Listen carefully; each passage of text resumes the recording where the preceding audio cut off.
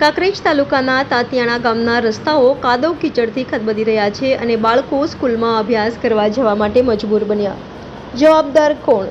તાતિયાણા વિકાસથી વંચિત ગામ છે કે પછી નબળી નેતાગીરીનો ભોગ બની રહ્યા છે લોકો? ચંદ્રમણિયા ઓઢા તાતિયાણા પ્રાથમિક શાળાનો રસ્તો સદીઓથી બિસ્માર હાલતમાં છે. કાદવ કીચડમાં સ્કૂલે જતા બાળકો ચાલવા બન્યા મજબૂર. તાતિયાણા ગામના લોકોએ અનેકવાર તંત્ર અને સરકારને લેખિત અને મૌખિક રજૂઆત કરી છતાં પરિણામ શૂન્ય. મળતી માહિતી અનુસાર વાત કરવામાં આવે તો ઉત્તર ગુજરાતના બનાસકાંઠા જિલ્લાના કાંકરેજ તાલુકાનું છેલ્લું છેવાડું ગામ એટલે તાતિયાણા ગામ વિકાસથી વંચિત હોવું તેવું લાગી રહ્યું છે. સ્કૂલે જતા બાળકો કાદવ કીચડમાં ચાલતા બીમાર પડતા હોવાની બુમરાડ પડી છે.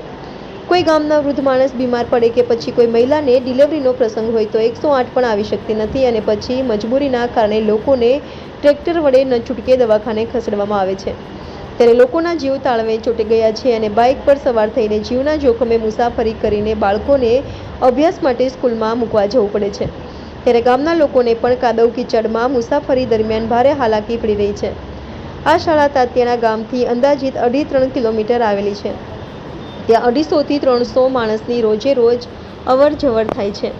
ગામના લોકોએ મીડિયા સમક્ષ રજૂઆત કરી હતી. સરકાર આ કાચો માર્ગ ઝડપથી પાકો બને તે માટે ગામ લોકોએ સરકારને રજૂઆત કરી છે. શું મીડિયાના અહેવાલથી કુંભકર્ણની જેમ ઘોર નિંદ્રામાં સૂતેલું તંત્ર જાગશે ખરા? તે આવનારો સમય જ બતાવશે.